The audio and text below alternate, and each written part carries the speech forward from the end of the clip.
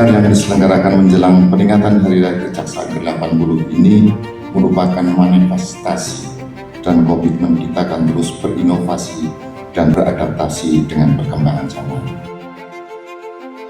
Tujuan penyelenggara seminar ilmiah dalam rangka menyambut Hari Raya Kejaksaan RI ke-80 tahun 2005 adalah untuk mewujudkan tersusunnya rekomendasi arah kebijakan, optimalisasi volume aset dan volume money dalam penanganan perkara pidana dan tersusunnya rekomendasi kebijakan implementasi treatment dalam perkara pidana. Saya kira ini satu inovasi baru, progresivitas baru dalam penegakan hukum di Indonesia. Mudah-mudahan nanti doa kita semua bisa optimal mengenai penanganan keuangan negara dan pengembalian aset negara ini, sehingga nanti betul-betul bisa dirasakan masyarakat untuk kesejahteraan.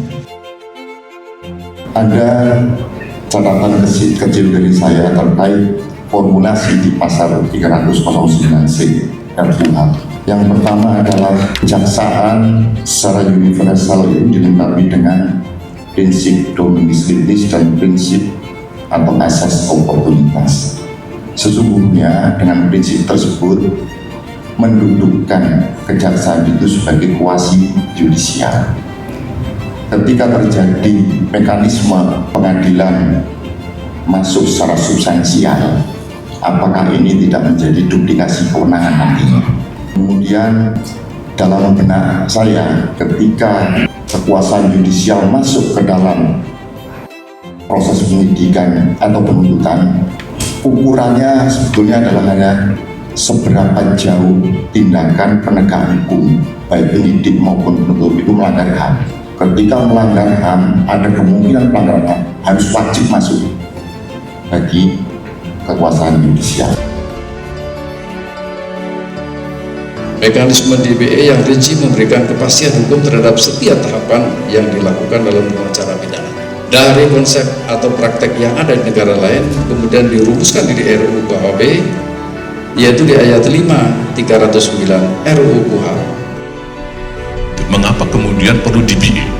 Apakah di sini ada suatu, katakanlah, pergeseran tentang ancaman tujuan pemidanaan atau tidak? Tidak hanya kemudian bagaimana di KUHP mengatur tentang mekanisme tahapan tentang DBE, tetapi juga mestinya mengatur tentang perubahan paradigma penuntutan.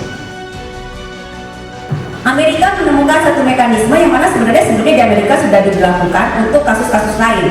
Sebelumnya di Amerika diberlakukan di kasus Siemens, kasus prudensial, kasus yang terkait dengan akuntan publik yang terkena di sana gitu ya.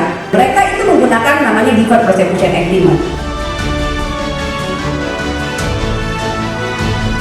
Pada kegiatan hari ini terkait dengan optimalisasi DPA ini sangat bermanfaat, dan menurut saya DPA ini akan sangat membawa dampak positif bagi upaya pengembalian aset dan pemulihan keuangan negara di Indonesia sendiri.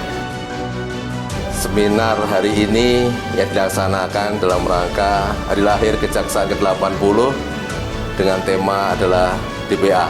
Merupakan terobosan yang sangat bagus, terutama bagaimana kejaksaan bisa secara teknis bisa maksimal mengembalikan merecovery, tentunya tujuan akhirnya adalah kepada keuangan negara.